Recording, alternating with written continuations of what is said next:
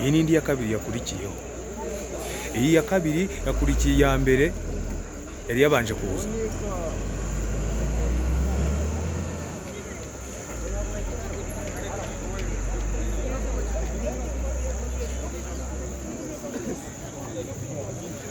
yakoze imyaka yabaye